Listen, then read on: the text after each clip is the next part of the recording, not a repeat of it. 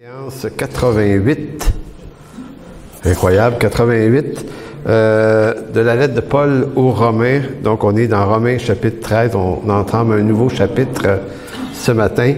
Et Michel le disait tout à l'heure, c'est un chapitre qui est quand même lourd de conséquences positives ou négatives, parce que la lettre aux Romains est ainsi faite qu'il y a toute une partie que c'est des exposés théologiques.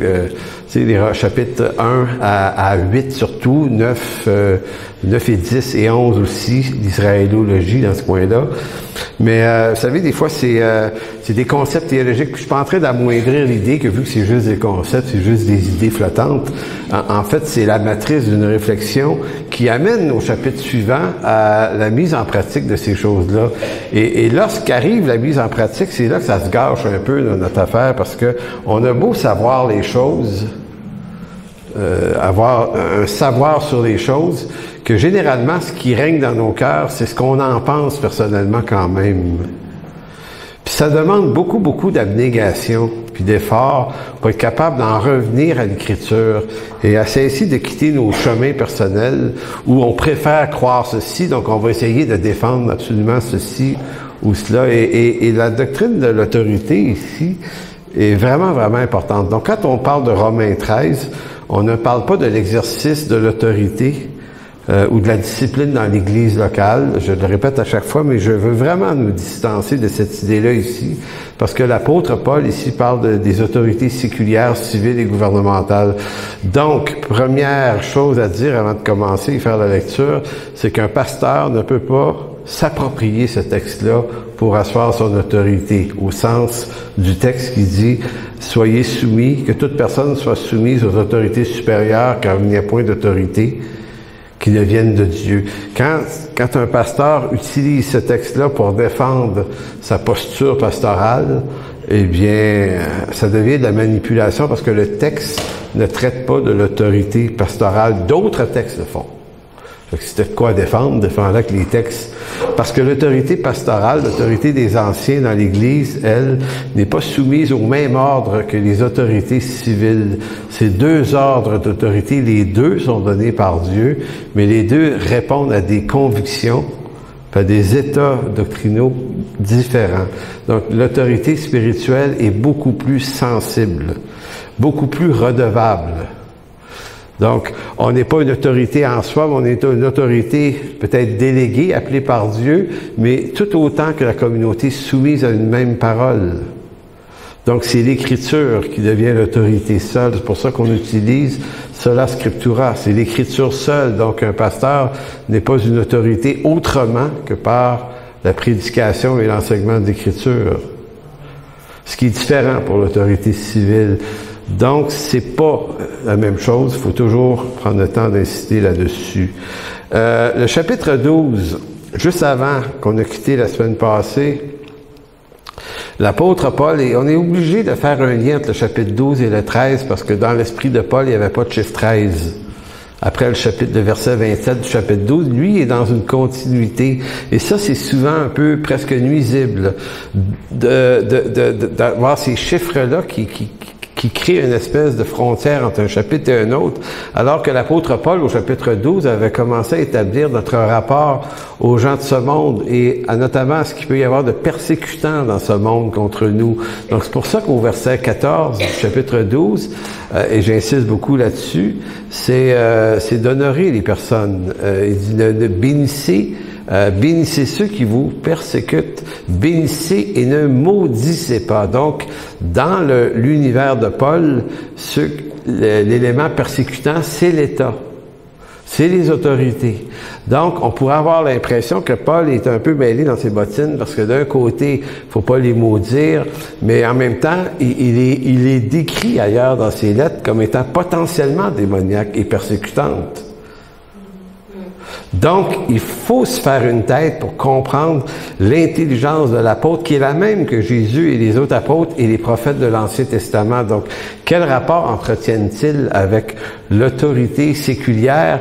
Et il faut toujours commencer par se rappeler que quand Dieu a permis qu'un peuple s'empare d'Israël et l'amène en déportation, donc que ce soit d'abord par l'Égypte du temps d'Exode, mais que ce soit par les autres types de déportations qu'il y a eu, surtout celle de Babylone, c'est Dieu qui a envoyé Nabuchodonosor. Donc, c'était de l'autorité divine qui était placée, une autorité séculière qui allait être contre Israël, le peuple de Dieu. Donc, vous vous dites, comment ça? Ben, pour des raisons qui appartiennent à la souveraineté de Dieu, Dieu discipline son peuple par des gouvernements extrêmement intransigeants et durs quelquefois. Et c'est arrivé, ça, dans l'histoire d'Israël. Donc, le rapport à l'autorité qui est là, on ne doit pas la comprendre à travers nos humeurs et nos émotions personnelles et ce qu'on en pense. On a le droit d'en penser quelque chose en passant, mais c'est pas ça qui va définir notre action face à cette autorité-là. C'est la matrice de l'Écriture. Donc, c'est pour ça qu'au chapitre 12, il dit, malgré tout ce qui pourrait être pour ou contre vous, bénissez ceux qui vous persécutent. Et il parle évidemment des autorités civiles. Mais il ne dit pas que c'est banal pour autant, parce que si ces autorités-là agissent mal, ils devront rendre compte au Seigneur de toute façon aussi. Donc, c'est Dieu qui va tirer vengeance de ses ennemis et de nos ennemis, de telle sorte qu'il dit, ne vous vengez pas vous-même, c'est toujours dans Romains 12, ne vous vengez pas vous-même, mais laissez agir la colère. À moi la vengeance, à moi la rétribution, dit le Seigneur. Donc, la vengeance, c'est le jugement de Dieu, et la rétribution, c'est la récompense positive ou négative. Une rétribution, c'est le salaire. Le salaire peut être bien mauvais. C'est pour ça que nous, on n'est pas appelés à exercer la vengeance. Nous ne détenons pas cette autorité-là. L'Église n'a rien à voir dans les rébellions de ce monde. Rien, rien, rien. On est dans complètement un autre paradigme. Mais marcher par la foi, c'est marcher autrement que les humeurs de ce monde. Maintenant que Paul a dit ça au chapitre 12, au chapitre 13, là, il va plus loin encore. Et il va dangereusement loin. Il va jusqu'à nous demander d'être soumis à ces autorités-là. Et là, on répète, autorité potentiellement persécutante. Donc, je vais vous lire le texte un peu plus tard, mais juste vous dire, dans le chapitre 13, il commence par que toute personne soit soumise aux autorités, et le verbe, pas le verbe, mais le mot supérieur ici, hypereko, dans le texte original, se dit de toute personne qui détient un pouvoir quelconque reconnu par la gouvernance publique ou judiciaire appelée par Dieu. Donc, les gouvernements civils. Ça n'a rien à voir avec s'ils sont élus démocratiquement ou pas. Parce que du temps où Paul a écrit ça, la démocratie n'existait pas. Elle avait existé en l'an 400 avant Jésus-Christ à Athènes. Ça a duré un petit bout de temps, puis ça a échoué. Donc, les gouvernements, les autorités qui étaient mis en place n'étaient pas de façon démocratique et jamais selon la volonté du peuple, et beaucoup par cruauté, par renversement, par toutes sortes de moyens qui répondent à la cruauté et à la folie du cœur de l'homme. Et là, encore là, il faut se faire une tête. Dieu est en train de dire, mais celui qui est arrivé sur le trône là, il est arrivé par ma volonté. C'est Dieu qui élève et qui appelle les rois. Donc, quand on se dit qu'on doit marcher par la foi, on ne doit pas marcher par la foi dans ce qu'on en pense, nous. On doit marcher par la foi dans comment l'Écriture nous parle de ces choses-là, comment Dieu nous parle de ces mécanismes-là qui sont les siens, qui échappent à notre intelligence, en tout cas à la mienne souvent. Donc, aujourd'hui, dans ce texte-là, il ne s'agit pas de défendre... De ma part, mettons, il ne s'agit pas pour moi de défendre la soumission à l'autorité civile parce que c'est une conviction qui nous plaît. Il faut reconnaître que dans notre chair, ça ne nous plaît pas nécessairement. L'homme en Adam est en rébellion contre Dieu, donc est en rébellion contre toute institution donnée par Dieu, y compris celle des autorités civiles, les tribunaux, la police et tout le reste. On est naturellement porté à être en rébellion. C'est ce qu'on est par nature. Donc, on ne peut pas christianiser cette rébellion. Ce n'est plus marcher par la foi. Marcher par la foi, c'est de comprendre le phénomène à travers ce que l'Écriture en dit. Donc, un des chants de Marjolaine tout à l'heure, c'était « Je fléchis les genoux ». Et c'est exactement ma phrase. Il s'agit pour nous davantage de fléchir le genou devant l'évidence de la clarté de l'enseignement biblique sur le sujet. Donc, marcher avec Dieu, c'est marcher par la foi. Marcher par la foi, c'est souvent renoncer. Autrement, on marche pas avec Dieu, mais on fait marcher Dieu avec nous. Fait qu'on le fait participer à nos colères.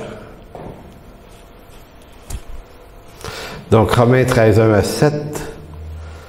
Et j'ai voulu ce préambule avant de lire le texte pour saisir la profondeur et le sérieux du texte.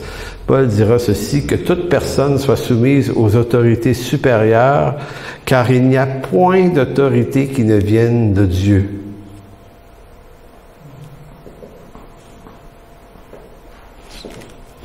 Je relis. Que toute personne soit soumise aux autorités supérieures, car il n'y a point d'autorité qui ne vienne de Dieu.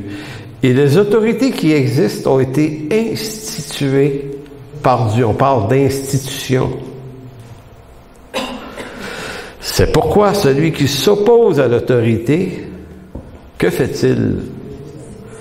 Il résiste à l'ordre. Le mot grec, une ordonnance, que Dieu a établie, et ceux qui résistent attireront une condamnation sur eux-mêmes. Ce n'est pas pour une bonne action, c'est pour une mauvaise action que les magistrats sont à redouter. Veux-tu ne pas craindre l'autorité? Fais le bien, tu auras son approbation. Le magistrat est serviteur de Dieu. Serviteur, diakonos, même expression qu'on utilise pour le diaconat dans l'Église. Alors, c'est comme si Dieu disait, les magistrats, les juges, sont mes diacres. C'est quelque chose. Et c'est voulu de Dieu. Serviteur de Dieu pour ton bien. Mais si tu fais le mal, crains car ce n'est pas en vain qu'il porte l'épée, étant serviteur, encore serviteur de Dieu, pour exercer la vengeance et punir celui qui fait le mal. Il est donc nécessaire d'être soumis non par crainte de la punition, mais encore par motif de conscience. C'est aussi pour cela que vous devez payer les impôts. La semaine prochaine, on va s'intéresser à l'impôt. Cette fameuse discussion quand les fabriciens sont allés voir Jésus avec une pièce de monnaie, on dit, hey, est-ce qu'on doit... vous voyez à quel point, là, l'apôtre Paul et le Seigneur Jésus sont dans une accointance là-dessus. L'apôtre Paul répète différemment le même discours que Jésus. C'est pour cela aussi que vous devez payer les impôts, car les magistrats sont ici, ministres de Dieu. Serviteur de Dieu, ici, ministre. Et le mot ministre ici est le même terme que l'apôtre Paul utilise pour les ministres de l'Évangile. Écoutez, il est fort le texte. Paul insiste beaucoup, à plusieurs reprises. C'est de Dieu. Ce sont des ministres, ce sont des serviteurs de Dieu. Les autres, on a, hey, Paul, ta minute, t'es-tu sûr, Seigneur? Il y en a une couple, me semble, que pas clair. Mais ça n'a rien à voir avec ce que vous puis moi, on en pense. C'est pas de notre jugement sur ces gens-là dont il est question, nous dit Paul. C'est pas de tes affaires. Ça regarde le Seigneur et ceux que lui a élevés. Fait que c'est comme si Dieu disait, tu vas l'honorer parce que c'est moi qui l'ai appelé, si tu l'honores pas, c'est moi que tu déshonores. Donc, rendez à tous ce qui leur est dû, l'impôt à qui vous devez l'impôt, et le tribut. Et là, c'est une répétition de Jésus qui dit aux pharisiens, c'est quoi la photo du gars? César, il dit, rendez à César ce qui est à César et à Dieu ce qui est à Dieu. Paul dit la même chose. L'impôt à qui vous devez l'impôt et le tribut à qui vous devez le tribut, la crainte à qui vous devez la crainte et l'honneur à qui vous devez l'honneur. Donc, c'est un texte qui est très, très fort et l'apôtre Paul, lorsqu'il écrit ce texte-là, il n'est pas tombé dans un état d'inconscience. L'apôtre Paul parle par théologie et non pas par humeur personnelle. C'est pour ça que ses lettres sont tellement riches. Parce que nous, on écrit, quand on écrit, on est frustré, pas content, puis c'est ça là, qui paraît. Là. L'apôtre Paul est en train de décrire le pouvoir donné par Dieu à des gens qui l'ont persécuté, lui. Acte 16, à Philippe, il est mis en arrestation, puis il est battu de verge, il est mis en prison. Avec Silas, il me semble que c'est Silas. Et l'apôtre Paul, qu'a-t-il fait pendant la nuit? Il a chanté des cantiques. Vous savez que l'apôtre Paul, par la suite, c'est arrivé à une autre reprise, à 2 reprises dans le livre des Actes, je ne lis pas les textes, ça serait trop long, il va faire appel à son droit de citoyenneté romaine. Et certains ont utilisé ça pour dire, ouais, tu as le droit de t'opposer. Paul ne s'est jamais opposé à l'autorité. Il a simplement dit, excusez, est-ce que n'est-il pas permis, selon la loi romaine, de ne jamais battre un citoyen romain? Paul n'a pas défendu le droit de prêcher l'Évangile. Paul a prêché le droit de ne pas être battu quand il se fait arrêter parce qu'il est citoyen romain. Jamais Paul met l'Évangile dans « j'ai des droits et libertés, j'ai le droit de prêcher l'Évangile ». Paul en a rien à cirer de ce genre de droit-là parce que Paul a prêché l'Évangile et à 5 fois, il s'est fait arrêter puis il a reçu 40 coups moins 1. Et la mentalité de cet apôtre-là, on a de la misère à saisir, c'est que pour lui, là, c'était une bénédiction, cette affaire-là. Il va dire dans Romains, dans 1 Corinthiens 12, là, versets 9 et 10, il dit, c'est pourquoi je me plais dans les outrages, les calamités, les persécutions, parce que c'est lorsque je suis faible que je suis fort. C'est une bébite, le gars, quand même. Il se plaît dans les calamités, les outrages, les persécutions. En d'autres mots, si l'apôtre Paul, mettons, vous étiez là, vous dites, hey, prendrais-tu part à mon 3e voyage? J'ai besoin d'une chantre, tu viendrais-tu? Tu m'en allais prier là-dessus. C'est pas sûr que tu n'auras pas une couple de nuit, passer une couple de nuit en prison avec Paul. C'est ça, Paul. Maintenant, on n'est pas Paul. Bon, on ne se prendra pas pour lui. C'est pas dire on va faire comme lui. On va faire comme on doit faire dans notre génération, selon la fidélité, le courage que Dieu nous donne pour notre génération. On n'est plus dans des générations comme ça. En tout cas, pas en Occident. Donc, les magistrats là, en question ici, il faut comprendre, certains ont voulu dire, oui, mais il faut à condition qu'ils gèrent les choses selon la loi de Dieu. Mais c'est faux. Les magistrats du temps de Paul utilisaient la loi romaine. Ils n'étaient pas convertis. Sauf que dans la loi romaine, tu n'avais pas le droit de tuer non plus, tu n'avais pas le droit de voler, tu n'avais pas le droit de mentir. En d'autres mots, Dieu a quand même placé dans le cœur de l'homme sa loi. Donc, tous les systèmes juridiques dans le monde ont à peu près arrivé au même constat légaux. Même là, les gens dans la Papouasie-Nouvelle-Guinée, là, il y a 2, 3, 4 siècles, quand on les a découverts, là, ces tribus-là, on disait, hey, les autres, ils doivent être barbares, pas à peu près. Ils ne nous ont jamais connus, ils doivent être vraiment méchants. Comme si on avait importé juste de la bonté, là, nous autres. Fait qu'on rencontre ces peuples-là, même chose en Afrique du Sud, même chose en Amérique du Sud aussi. Tu sais, les grands explorateurs, ça devait être trippant d'être dans une équipe d'explorateurs. Tu arrives à une place, puis tu rencontres une tribu qui n'ont jamais rien vu d'autre d'ailleurs que de leur tribu, ou les tribus autour. C'est fascinant. Donc, il était généralement assez bien reçu. Puis là, les chrétiens, bon, ils leur témoignaient la foi en Jésus-Christ, évidemment. Et ce qu'il y avait d'étonnant, c'est lorsqu'ils voulaient leur dire, leur parler du bien et du mal, ils se sont rendus compte qu'il y avait à peu près les mêmes codes. Dans ces tribus-là, les gens aimaient le bien, puis essayaient de ne pas faire le mal. Ah oui, je sais qui a appris ça. C'est dans le cœur de l'homme déjà, par création. Les gens se mariaient, avaient des enfants, puis ils les élevaient.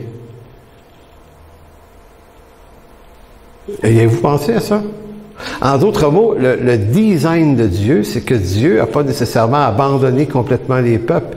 Il a mis dans le cœur de l'homme la pensée de l'éternité.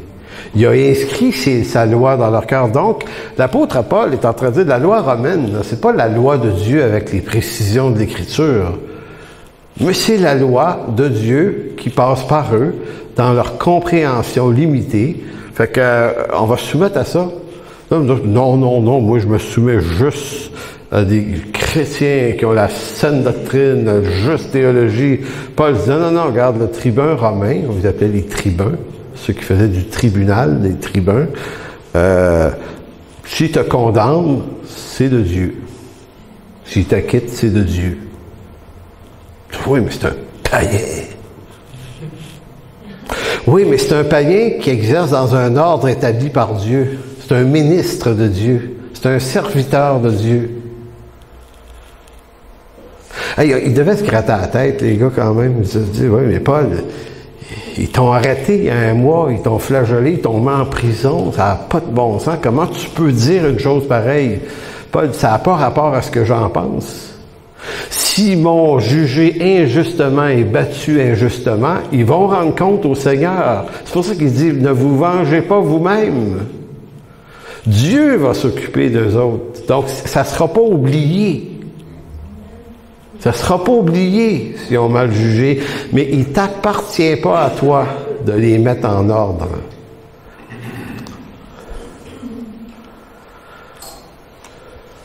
Donc, qu'est-ce que cela doit vouloir dire pour nous qui sommes au 21e siècle, 20 siècles plus tard? Ça veut dire ceci, c'est que puisque Jésus, si on va le voir la semaine prochaine, les apôtres et des milliers de chrétiens ont été durement persécutés par ces mêmes autorités romaines, cela n'annule pas l'exhortation de l'apôtre Paul à se soumettre à ces autorités, parce que ces autorités-là ont condamné Jésus-Christ. Hérode, Pilate, autorité donnée par Dieu sur ces hommes-là, ont autorisé la condamnation à mort de Jésus, qui était injuste, mais voulu selon le dessein de Dieu. Donc, il faut rentrer dans le sens, OK, ça n'a comme pas de bon sens selon mes valeurs et mes humeurs, mais il y a le dessein de Dieu qui s'accomplit. Parce que, vous savez, beaucoup de chrétiens aujourd'hui, de la façon dont on pense, avec une très faible théologie, auraient fait des marches pour Jésus, là, pour pas le faire crucifier. Elle dit non, tu sais, comme Pierre, non, on veut pas que tu te fasses crucifier. Ouais, on va empêcher ça. Ils sont pas fins, ils veulent tuer Jésus. Jésus les aurait gelés là. Il dit, les gars, c'est pas à vous autres de décider, c'est à mon Père. Moi, je suis soumis à mon Père, on va à la croix, c'est ça le dessein. Oui, mais ça n'a pas de bon sens, tu seras plus ici pour nous bénir. Nous autres, on aime ça, du pain, des poissons, tu sais, pas besoin de pécher, ça peut pas apparaître de même, des miracles. Et la foi que tu as multiplié le vin cette fois-là, c'était pas mal cool. Bon, en tout cas, bref. Comprenez-vous, nous autres, c'est qu'est-ce qui nous avantage? C'est ça qui nourrit nos humeurs. Jésus dit non. Et là, quand Pierre veut pas que Jésus aille se faire crucifier, il dit, hey, arrière de moi, Satan, t'as des pensées d'homme. Hey, c'est mêlant. Tu dis, écoute, Seigneur, ça n'a pas de bon sens. Moi, je t'aime, je veux que tu vives, tu me dis que je suis un fils du diable.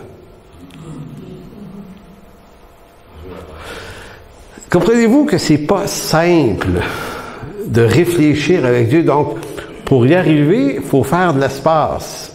Je faisais une capsule cette semaine, pour étudier l'Écriture, pour comprendre l'Écriture, il faut faire de l'espace. Il faut vider. On est comme des entrepôts remplis d'affaires, puis d'émotions, puis de convictions, puis de babelles, puis de trucs qu'on veut. Puis plein, c'est chargé, là. Puis là, si tu veux qu'une donnée claire et juste puisse faire de la place, fais de l'espace.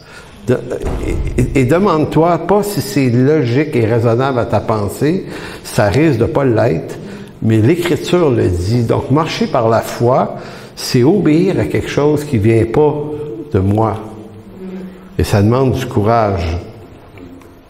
Donc, la seule réponse qui est raisonnable à cette question, à savoir qu'est-ce que ça nous dit à nous dans notre siècle, est que nous devrons prendre exemple sur ceux qui nous ont devancés dans cette expérience au point de, si ça nous advenait, d'accepter peut-être de perdre la vie, comme les héros les plus inspirants de l'histoire humaine qu'ils ont été. Tertullien a fait une phrase fameuse. Qui connaît la fameuse déclaration de Tertullien? Pierre, tu dois connaître ça?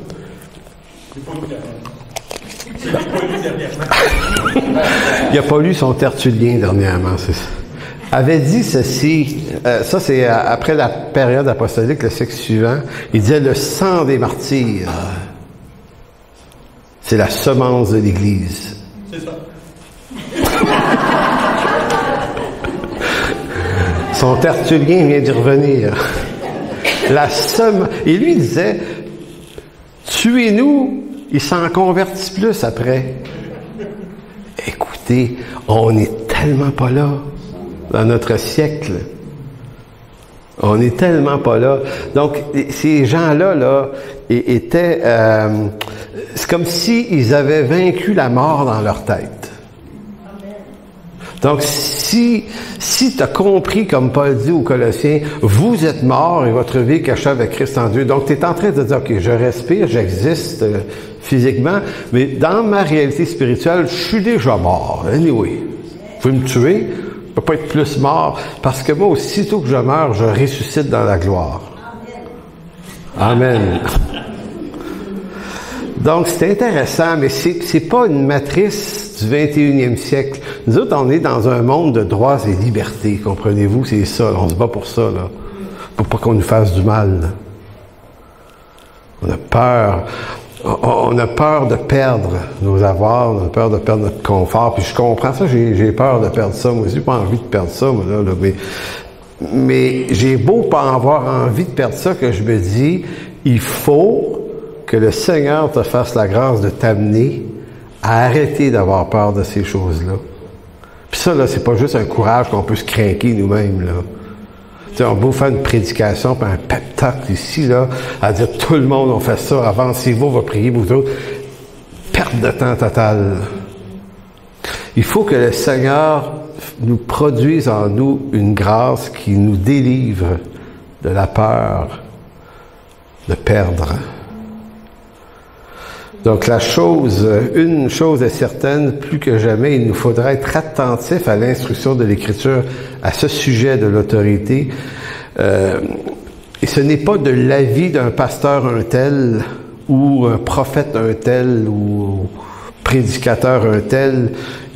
C'est pas de leur avis qu'on va se nourrir, mais c'est de l'Écriture seule.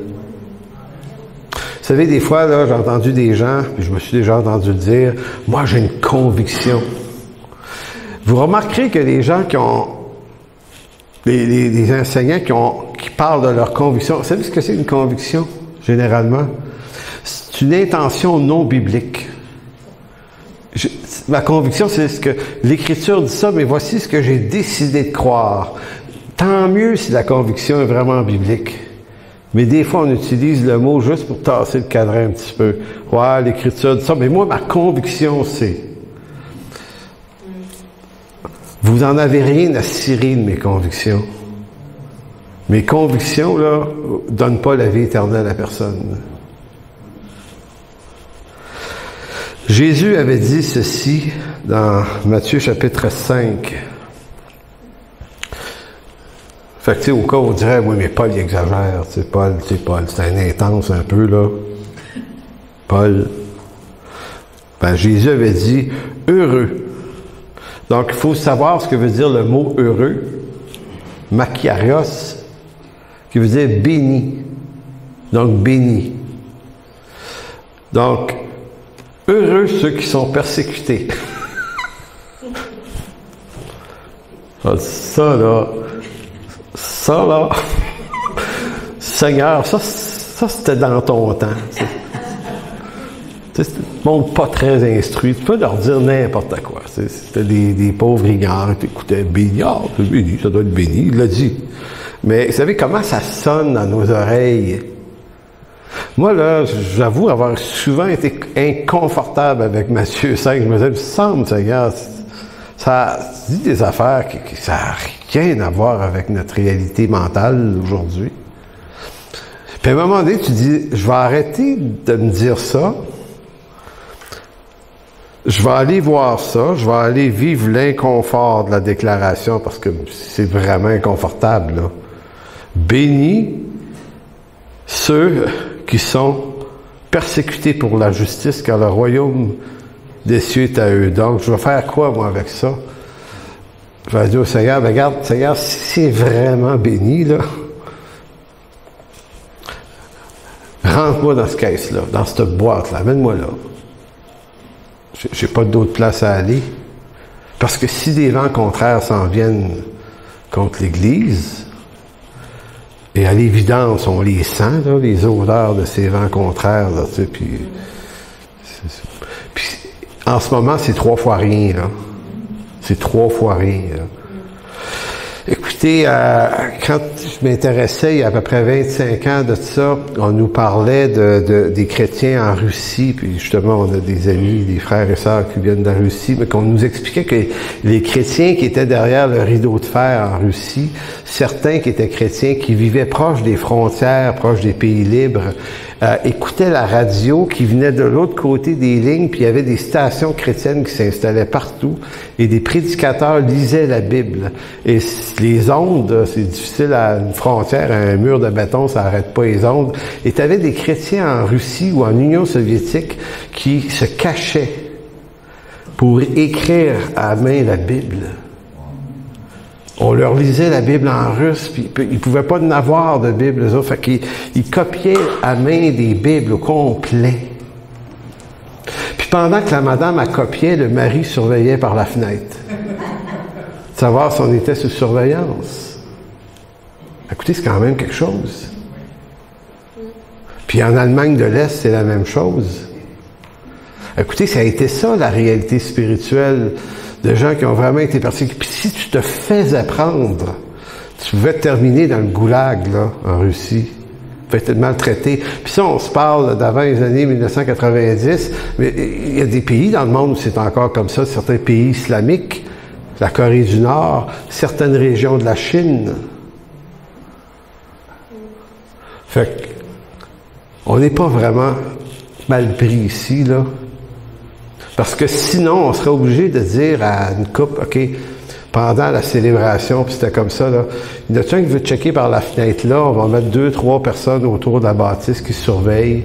Puis il fallait vraiment que si jamais la police débarquait, il fallait un système vite pour faire comme si on n'était pas en train de louer le Seigneur. Se rassembler au nom du Seigneur, c'était dangereux, c'était redoutablement dangereux. Fait que moi, il n'y a personne qui me fait pleurer comme si on était dans une prison au Canada en ce moment. Mais les vents contraires sont quand même là. Donc, mais même si ça vient, ces vents contraires-là, heureux ceux qui sont persécutés pour la justice, car le royaume des cieux est à eux. Heureux, ben, Carios, béni. Heureux serez-vous lorsqu'on vous outragera. On entend Paul, 1 Corinthiens 12, versets 9 et 10. Vous outragera, qu'on vous persécutera et qu'on dira faussement de vous toutes sortes de mal à cause de moi. Réjouissez-vous, au contraire. Non, vous réjouissez-vous et soyez dans l'allégresse. Soyez joyeux, en d'autres mots, parce que votre récompense sera grande dans les cieux, car c'est ainsi qu'on a persécuté les prophètes qui ont été avant vous. Donc, par cette affirmation de Jésus dans Matthieu 5, savez-vous ce que ça, le tragique, et en d'autres mots, c'est un texte qui est un encouragement. En tout cas, pour les saints du premier siècle, eux étaient persécutés, là. Fait qu'eux, là, dans le monde romain, lorsqu'ils étaient très, très persécutés, puis on est dans un monde où certains empereurs, il y a eu 10 vagues de persécution entre la période apostolique et l'an 325, 10 vagues. Donc, dépendant du César qui était là, il y en a qui étaient très, très égocentriques, puis qui ramenaient le culte de César, auquel il fallait aller brûler un petit encens une fois par année dans un temple, et les chrétiens se refusaient à le faire. Et puis, tu perdais tout. Puis tu devenais un ennemi de l'État. Et puis, vous savez que ce qu'il y avait de particulier dans les persécutions romaines, c'est qu'on leur demandait pas de ne pas croire en Jésus. C'était même pas aussi grave que ça. C'était, on leur demandait de juste placer César au-dessus de Jésus. En d'autres mots, César était le Kyrios, le Seigneur de l'État. Et c'est ça que les chrétiens ne pouvaient pas digérer, parce qu'ils disaient, nous, on a un seul Seigneur. C'est le Seigneur des Seigneurs. C'est un détail. Certains auraient pu dire, bon, quand César va être le Seigneur, puis il veut juste brûler un encens, c'est 3 fois rien. Mais les chrétiens disaient, non, tu peux pas faire ça. Tu es en train de renier la seigneurie du Christ, et ça, c'est majeur. Le Seigneur reste le Seigneur tout le temps, partout. Fait qu'eux autres, ils disaient, ils répondaient aux autorités romaines, écoutez, nous autres, on est soumis, on va respecter les législations romaines, il n'y a pas de problème, sauf une chose. On ne nous fera jamais mettre César au-dessus de Jésus-Christ. Et pour ça, on était prêts à aller se faire bouffer par des lions dans des arènes, au grand plaisir du peuple. Maintenant, cette génération-là, elle est trempée dans cette persécution. Donc, eux, là, Matthieu 5, 10 à 12, c'était vraiment un encouragement.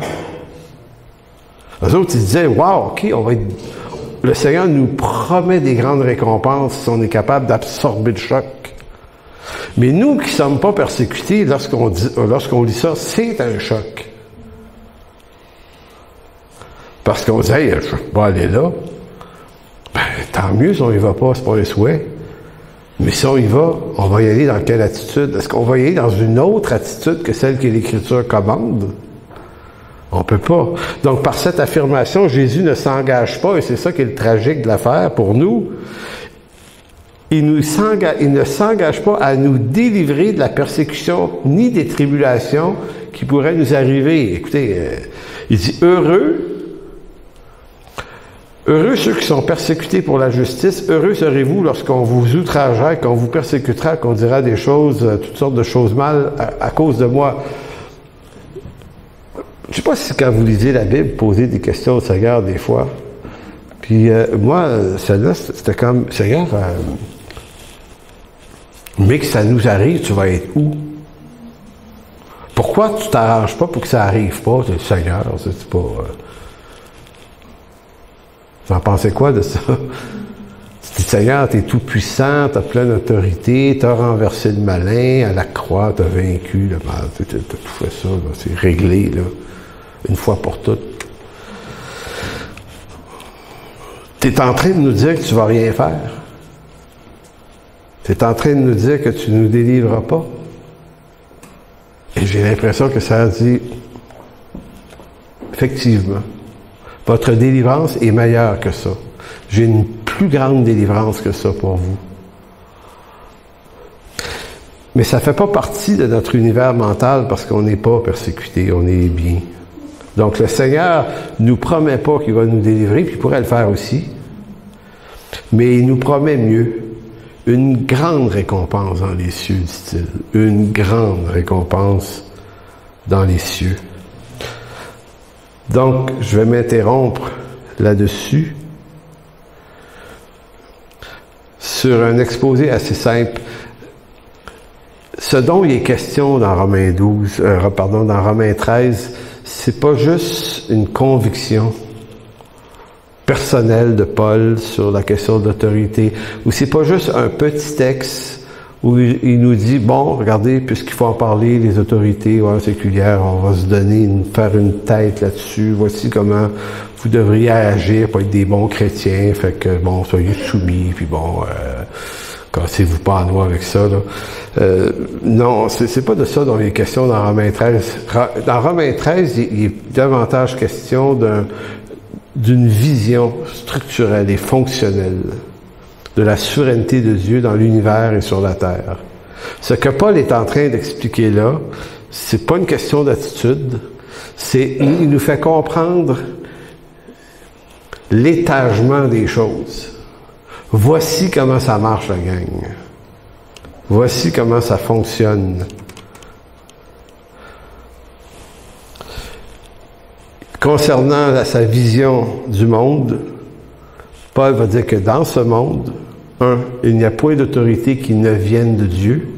2, les autorités qui existent ont été instituées par Dieu. Et 3, c'est pourquoi celui qui s'oppose à l'autorité résiste à l'ordre que Dieu a établi par Dieu. Donc, quand Paul est en train de nous dire ça, il est en train de nous exposer la vision structurelle de l'autorité souveraine de Dieu dans ce monde. Donc, il est en train de nous dire, Dieu est souverain à ce point-là.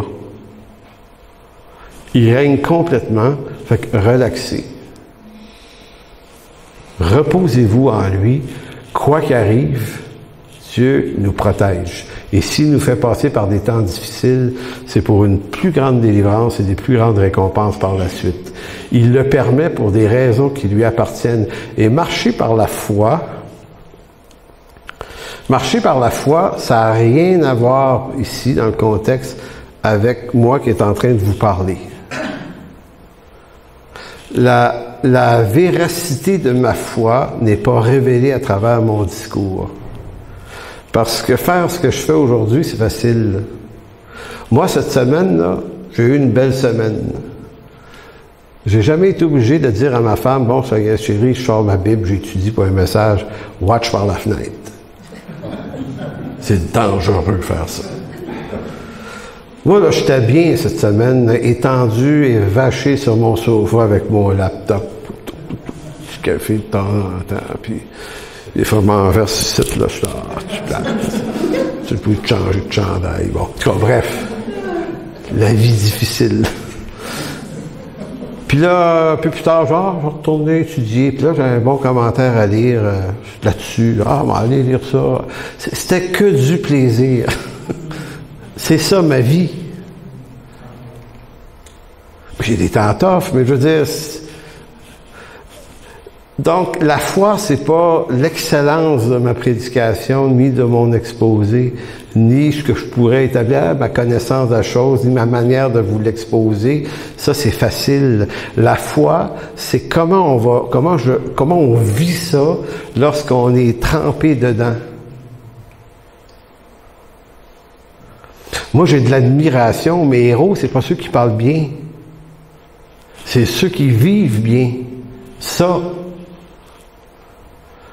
Pour le reste, on est des parleurs. Puis peut-être des bons parleurs, puis c'est utile, puis c'est un appel de Dieu, on va continuer à le faire. Mais la foi, c'est la capacité d'abnégation puis de renoncement à ce que j'ai envie d'en penser moi-même pour décider de renoncer à ce que j'ai envie d'en penser pour apprendre à en penser ce que Dieu en pense. Ça, c'est douloureux un petit peu plus. C'est pour ça que je dis que cette doctrine fait partie des plus gros marqueurs de foi de l'Écriture. C'est pour ça que Daniel est tellement admirable dans l'Ancien Testament. Je répète ça à tous les 2 semaines. Lisez le livre de Daniel. Vous avez ici le croyant qui fait confiance à la souveraineté de Dieu. Donc lui, il traverse 3 types de royauté. Puis il est d'une classe admirable avec ces hommes-là qui sont des êtres complètement cruels, des idolâtres, des débauchés. Ils ont tous les défauts du monde, ces gars-là. Nebuchadnezzar qui se fait bâtir une statue à sa gloire. Écoutez, c'est des fous. Et Daniel, qui est dans leur univers, lui, oui, très excellent roi, je te dis la vision, le Seigneur te dit ceci, puis tu sais, et il est admirable, cet homme-là. Donc, qu'est-ce que ça nous dit à nous? Ben, ça nous dit, allons chausser leurs chaussures à eux, puis laissons-nous imprégner par leur attitude, puis marchons par la foi dans le renoncement de nos propres humeurs pour le suivre lui. Le Seigneur, parce que le Seigneur est passé par là, l'apôtre Paul est passé par là. Si on n'a pas à passer par là un jour, c'est peut-être bien tant mieux. Mais si le Seigneur permet qu'on soit obligé de marcher dans ce chemin-là, ça va être tant mieux aussi. Amen. Merci, Père, de bénir cette prédication, cette parole. Seigneur, ce texte qui est terrible, Romains 13. Et Seigneur, ce qu'on te demande, c'est nourrir ce courage dans nos cœurs et dans nos vies, d'apprendre à vivre de cette parole aussi. Parce qu'elle est aussi donnée par toi, mon Dieu. Merci. Amen.